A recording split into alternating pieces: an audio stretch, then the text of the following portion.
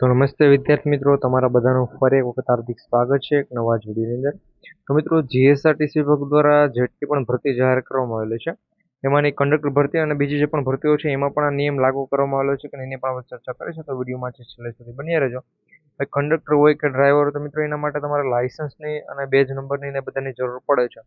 પરંતુ ફોર્મ ભરતી વખતે શું એ બધાની જરૂર પડે છે કે એના ઉપર એક અપડેટ આવેલી હતી કે જે મિત્રો મેં તમને ટેલિગ્રામ ઉપર તો ક્યારની આપેલી છે, પરંતુ જો ટેલિગ્રામ ઉપર ઘણાએ ન જોયેલી હોય તો એના માટે યુટ્યુબ પર આપણે વિડીયો આજે અપલોડ કરીએ છીએ. તો ખાસ કરી ચેનલ પર જો નવા હોય તો અત્યારે આપણે આ જીપી ઓફિશિયલ યુટ્યુબ ચેનલને સબસ્ક્રાઈબ પણ કરી લેજો.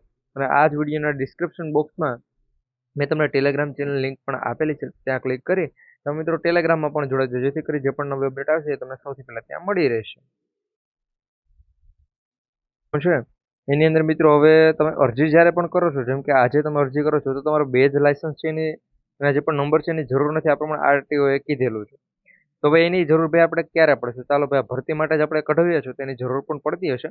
તો આરટીઓ એવું કીધું છે કે ભાઈ તમે જો કંડક્ટરની ભરતી માટે એપ્લાય કરો છો મિત્રો, ડ્રાઈવર માટે, અને એના માટે અહીંયા નથી જણાવેલું, એટલે ડ્રાઈવર એને કોઈને અહીંયા નહીં લાગુ પડે.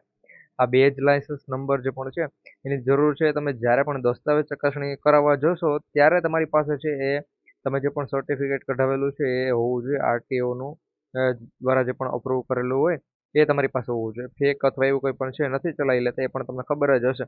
બાકી ઘણા છે એ પછી ઘણા સમય પહેલાંનો અથવા જે પણ અપ્રૂવડ ન થયું એ પ્રમાણનું લઈને વયા જાય તે નહીં ચલાવી લે.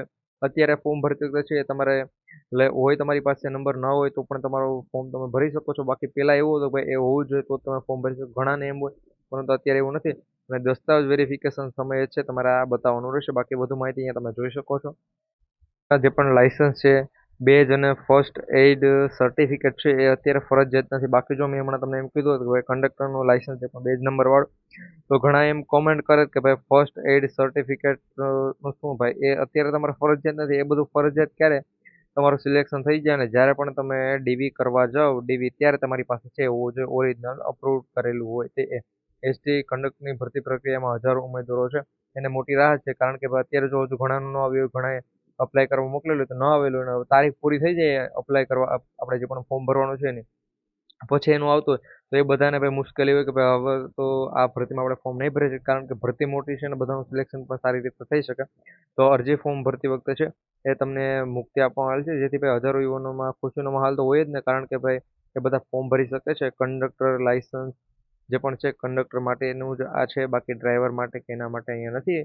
અને એના માટે જો મિત્રો કંઈ પણ અપડેટ આવશે તો એ પણ મિત્રો આપણે આ જીપી ઓફિશિયલ યુટ્યુબ ચેનલ પરથી તમને સૌથી પહેલાં મળી જશે. અને ખાસ કરી જો તમે ટેલિગ્રામ પર નથી જોડેલા તો આ વિડીયોના ડિસ્ક્રિપ્શન બોક્સમાં મેં ટેલિગ્રામની લિંક આપેલી છે, ત્યાં ક્લિક કરી ટેલિગ્રામમાં પણ જોડાઈ મળીશું એક નવા વિડીયો.